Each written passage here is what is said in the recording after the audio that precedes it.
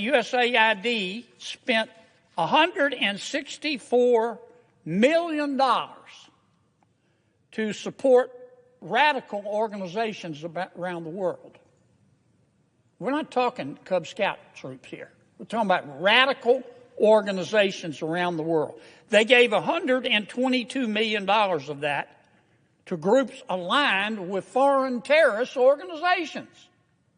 This is Founding Voice America, where liberty rings loud and clear. I'm your host, a proud American patriot, here to dissect the latest affront to our values. Let's dive in. Folks, the mainstream media and leftist elites are at it again, pushing their narrative that paints right-wing patriots as the root of all evil. They churn out content aiming to demonize our beliefs, our values, and our love for this great nation. It's a calculated move to silence dissent and rewrite history. But let's set the record straight. Being a right-wing patriot means standing up for the Constitution, advocating for limited government, and preserving the freedoms our founding fathers fought for. It's about honoring the sacrifices of those who came before us and ensuring that future generations inherit a nation rooted in liberty and justice. Yet, the left wants to portray us as extremists, using isolated incidents to paint a broad brush. They ignore the countless right-wing Americans who contribute positively to their communities, serve in the military, and uphold the law. Mr. President. Senator from Georgia. Thank you, Mr. President. I yield 30 minutes of my post-cloture debate time on the vote nomination to Senator Merkley and 30 minutes of my post-cloture debate time on the vote nomination to Senator Schumer. The Senator has that right. Thank you, Mr. Chairman. Mr. President. The Senator from Louisiana. Thank you, Mr. President. Mr. President, I have 8 requests for committees to meet during today's session of the Senate. They have the approval of the majority and minority leaders. Duly noted. Thank you, Mr. President. With me today is one of my colleagues from my Senate office, Mr. James Shea. He is one of my right-hand people and does great work, and I'm honored that he could join me today. Gosh, I don't know where to begin. I've been in the Senate for 8 years. In dog years, that's 56 years. And it feels like 56 years. I've learned a lot, met a lot of interesting people. Before I got here, everybody told me about the Washington bubble. And I said, how serious could they be? Well, it's true. There is a Washington bubble. This place is different. It's in its own way, sometimes disappointing, sometimes refreshing. It is deeply weird. For one thing, common sense is illegal in Washington. It's illegal. For another thing, I've discovered that this is a town of very frustrated ex-class presidents. And there's a Washington way of doing things. And when things aren't done that way, when somebody challenges the status quo, many, not all, but many of these frustrated ex-class presidents in Washington, on the Hill and otherwise, they get excited, not in a good way.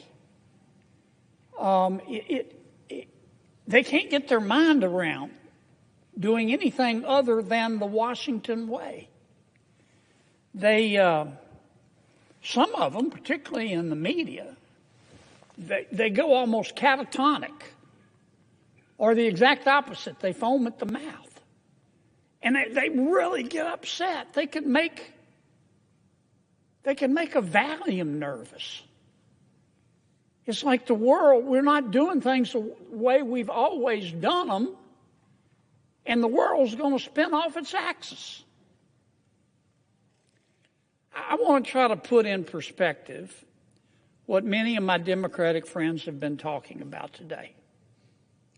They're very, very, very upset at President Trump. And they're very, very, very upset at Elon Musk. President Trump ran for president on a number of issues. One of the issues he ran on, he said it almost every day. He said, if you elect me president, I'm going to go through the entire budget and review all the spending, line by line. If I heard him say that once, I heard him say it 1,000 times. And that's what he's been doing. He went out and appointed, through an executive order, Elon Musk, who some people like him, some don't, but he's not a dummy. He's a very successful business person. He's got a top secret security clearance. President Trump issued an executive order, and he turned to Mr. Musk, and he said, Mr. Musk, I want you to do for me what I said I was going to do in the election. I want you to go through all the spending, line by line. Now, let me ask you something, Mr. President. How are you going to review the spending without reviewing the spending? How are you going to audit the spending by an agency without auditing the agency? That's what I mean when I say common sense is illegal in Washington, D.C. That's what Mr. Musk is doing. He's put together a crackerjack team, and they're going through everybody's spending line by line, item by item. And my Democratic colleagues are very, very, very upset. And they've been very eloquent. They've talked about the process, and President Trump's executive order supposedly violates the Constitution. And they've accused Mr. Musk of having conflicts of interest. And I've heard people say he's sitting over there with a notepad copying down everybody's Social Security number, and he's going to go use it to make money. I mean, people in this town, not just my Democratic colleagues, they're really upset. They've never had anybody question their spending. But that's what Mr. Musk is doing. But you know, I've listened. This has been going on for a week. People have been screaming like they're part of a prison riot. Oh my God, look at what Musk is doing. He's looking at the spending. And I've listened to people talk about the process and debate whether it's constitutional and discuss how many lawyers can dance on the head of a pin. But you know what? I haven't heard one single person who's upset with President Trump or Mr. Musk talk about what he's found. They don't want to talk about the spending porn, the waste of taxpayer money that he's found. I mean, that's the point of all this. I tell you who is interested. The American people. The people in America who get up every day and go to work and obey the law and pay their taxes and try to educate their kids and try to do the right thing by their kids and try to save a little money for retirement. And they've had to live through 20% inflation under President Biden. They understand what Musk is doing. They understand spending porn and wasting taxpayer money. Now, Mr. Musk started with the USAID. That handles a lot of foreign aid for America. American people are very generous. In our country, when you're homeless, we'll house you. When you're When you're hungry, we'll feed you. In our country, when you're too poor to be sick, we'll pay for your doctor. And we send a lot of money overseas to help our world's neighbors. And the USAID is in charge, in large part, of that. But I'll tell you what Mr. Musk discovered. I find it fascinating. He discovered that the American taxpayers are giving money to Afghanistan. He found that we are giving money to Yemen. He found that we are giving money to Syria. I didn't know that. Some of our foreign aid is going to Yemen, Afghanistan, Syria. He found that the USAID has 10,000 people. 10,000 people, employees. And every year they give away $40 billion. Mr. Musk also found, and I'm not saying that all of this money is wasteful. I'm not. Some of this money, I'm sure, does some good. That's why Secretary Rubio is going to revamp the department and separate the good from the bad. But this is the kind of stuff Mr. Musk found. He found that the USAID gave money to support electric vehicles in Vietnam. Our money, taxpayer money. He found that USAID gave money to a transgender clinic in India. I didn't know that. I bet you the American people didn't know that.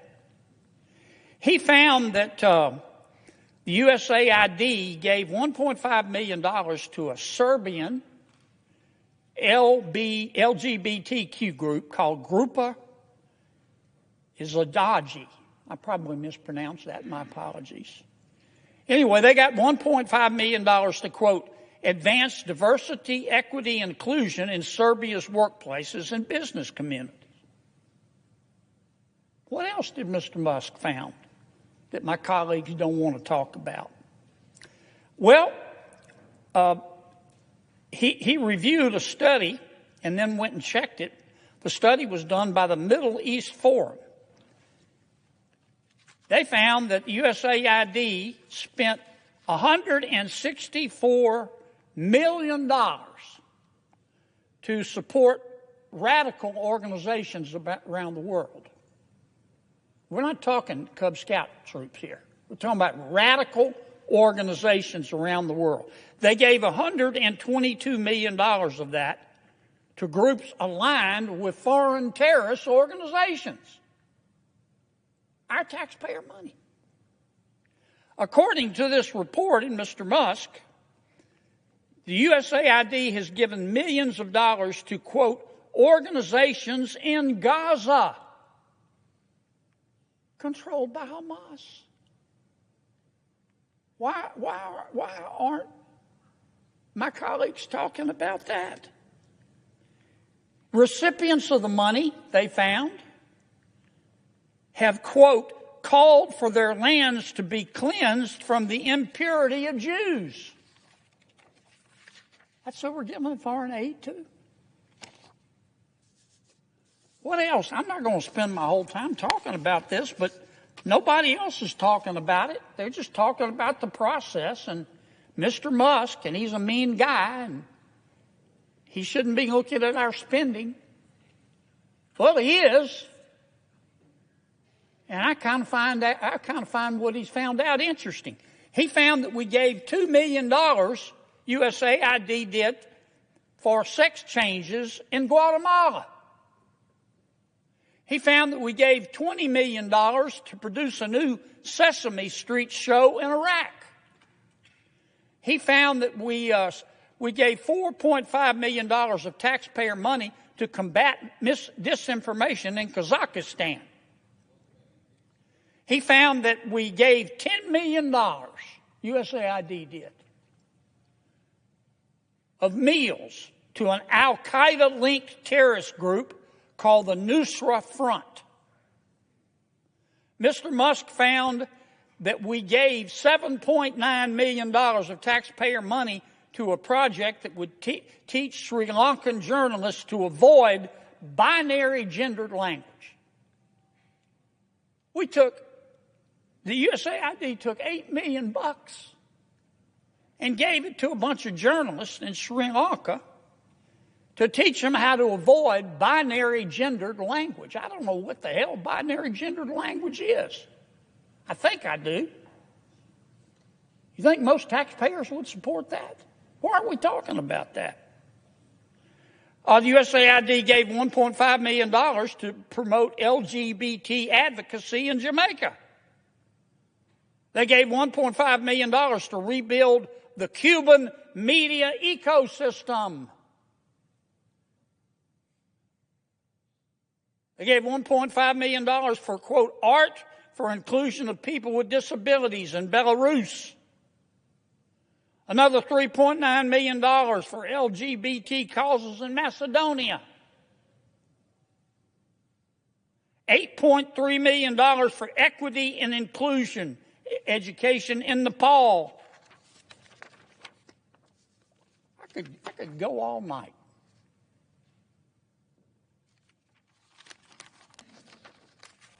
And many of my colleagues are upset. They're really mad at Mr. Musk. Hell, I think we ought to give him a medal. All he's doing is what President Trump said he was going to do. President Trump said he's going to audit the spending. So Trump goes and hires Musk, again with a top secret security clearance. Nobody can quibble with his intelligence. You know, the guy's as smart as Einstein's cousin. He's a very successful businessman. Some say he's the richest guy in the world.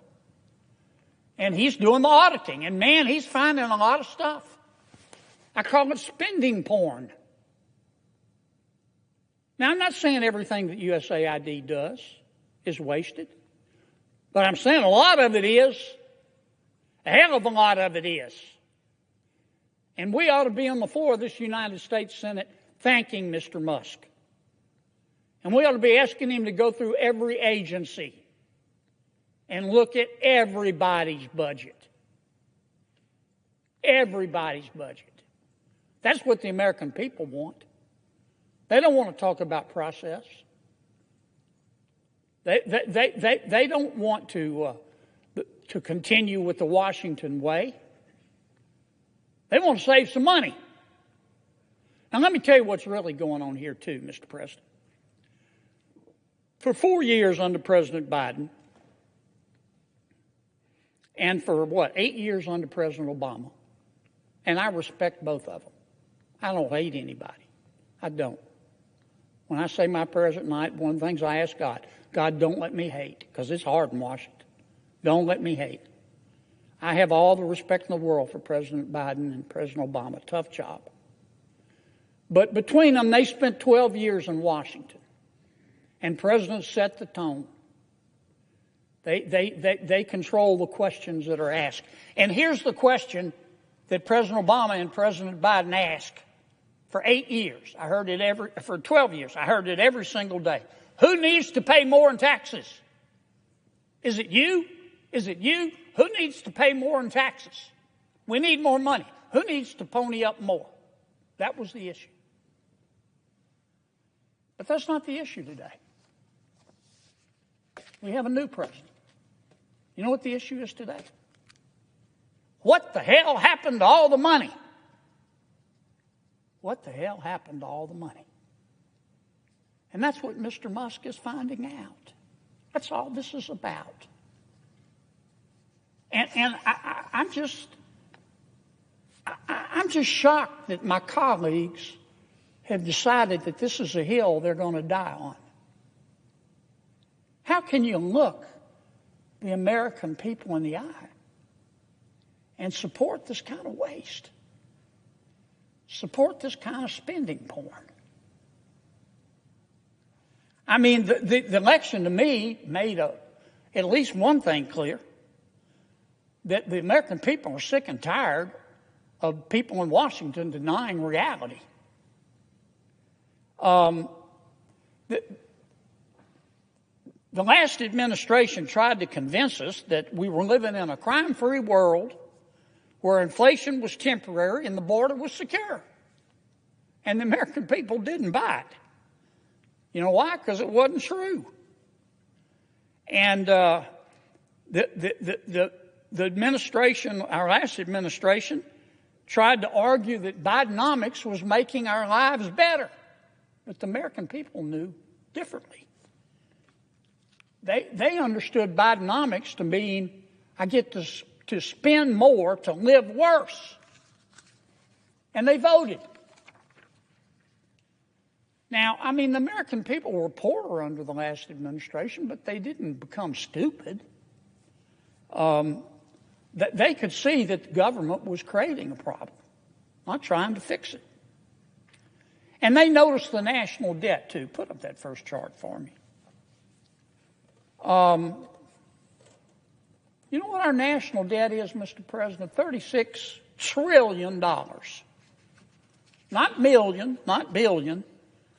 $36 trillion. It takes my breath away. Highest it's ever been, over 100% of our gross domestic product. Our debt's growing faster than our economy. And we toss around these numbers, $1 trillion, $1 billion, $1 million, $1 squillion, like it's nothing. I want to try to put this in context. If I started counting right now, and I counted one numeral, if you will, per second. 1, 2, 3, 4, 5, 6, 7. And I kept counting all day and all night. I didn't sleep. I counted between bites of oatmeal at breakfast. I just counted continually. One numeral per second. It would take me 32 years to count to 1 billion. 32 years to count to 1 billion. It would be 2057. I'd be dead as Woodrow Wilson. I wouldn't live that long. And that's just $1 billion. Our debt's $36 trillion. You know how long it would take me to count to $1 trillion? 31,000 years, if I counted one numeral per second. About as old as Chuck Grassley. 31,000 years. It would take me 1 million years to count to 36 trillion.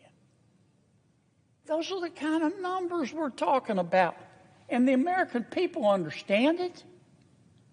Since 2019, America's population has grown 2%. We're not having babies. 2%. And that's after massive immigration. You know how much our budget has grown? 55%. 55%. Yeah, we've had inflation. But we hadn't had 55% worth of inflation. That's how we got to this $36 trillion in debt. Put up the next chart for me. Now, some of this money we had to spend during the pandemic. And it was a bipartisan effort during the pandemic. Republicans voted for it, and Democrats voted for it, because we had no choice. I was there. I saw it from the inside. We came this close to losing the American economy. And you know who helped a lot, doesn't get enough credit? Jay Powell at the Federal Reserve. I watched it. The whole world wanted to go into a cave and retreat. Back in the Great Recession, I remember all the other countries in the world who looked to us. They may hate us, but they know we're the greatest country in all of human history. They looked to America. And you know what? Back in the Great Recession, all the other countries wanted they wanted treasuries, treasury notes, treasury bonds. Not this time. They were so scared. They didn't want treasuries. They wanted dollars, cash dollars. So Jay Powell, thank thing, or he goes over to the Federal Reserve. He opens what's called a currency swap line, and he told every country, you want dollars? I'll trade your dollars for your currency. And everything calmed down. He doesn't get any credit for that. But it was a gutsy thing to do. But on top of that, to save the American economy, that wasn't helping the American economy. We had to keep the economy going. We spent a lot of money. But then COVID ended. And what we should have done was go back to pre-COVID spending. But we didn't do that. President Biden, after the shutdowns and the coronavirus, the pandemic was over, passed the American Rescue Plan. COVID was over. He spent $1.9 trillion. Never let a good crisis go to waste. I didn't vote for it. Then he came back and passed what he called an infrastructure bill. It was really just the Green New Deal. I know what's in that bill. That was another $1.2 trillion. And then he passed the Inflation Reduction Act. I didn't vote for it. But that was another $1.0 trillion. And then he passed the CHIPS Act. This is really special. He said, big tech, the semiconductor companies need our money. They need taxpayer money. They're not making enough money. And he gave them money. He didn't give hardware stores money. President Biden didn't give the healthcare industry money. He said, I want to help big tech. And boy, they sucked it up like a Hoover Deluxe. We spent $280 billion subsidizing big tech. And you add it all up, and that's $4.3, almost $4.5 trillion. And that's how we got $36 trillion in debt. And that's why Donald Trump said, I'm going to look at every single line item of spending. And that's why he gave the job to Elon Musk. And that's why Musk is auditing these accounts. But nobody wants to talk about what he's finding. Nobody wants to talk about the spending porn. Except the American people. They get it, Mr. President. They get it. And I hope Mr. Musk continues. My colleague and friend, we had a little discussion in banking today. Senator Warner makes a good point. He wants Mr. Musk to come over and talk to Congress about how he's doing this. I'm all for that. I am all for that. I would love to have him come over and walk us through what he's doing and how he's discovering all this spending porn. We need all the help we can get on reducing our spending because we can't continue at this pace. I just wanted to spend a few minutes putting all this in perspective, Mr. President. The world's not going to spin off its axis, folks. Every business that I know of goes through an audit. Now we're being audited, but we're being audited by not by the usual auditors, but we're being audited by a person appointed by the President of the United States. And I'm betting you when he's through, and he's going to go to all these agencies. He's starting on the Department of Education next. I think he'll end up finding that some of our money is being well spent. But he's also going to find that some of our money is being stolen, and it's being wasted. And that's an insult to every taxpayer in this country. So I'm going to end like I began. We ought to be giving Mr. Musk a medal. We ought to be thanking him. Maybe nobody else wants to hear about the spending porn, but I can't wait to read the book. I hope he finds all of it and compiles it. I hope Marco Rubio, our new Secretary of State, takes USAID and shakes them by the shoulder and lifts up the good people there and fires the bad people, the people that wasted taxpayer money like this, giving money to terrorist organizations, giving money to organizations that support Hamas. Hope he gets rid of every single one of them. And I think if we listen to Mr. Musk, we can save a lot of money. And I hope he does come over and explain what he's doing. I want to talk about one other subject real quickly. I've talked about it before. I'm not going to repeat it. This is India. This is China, which wants to run the whole world.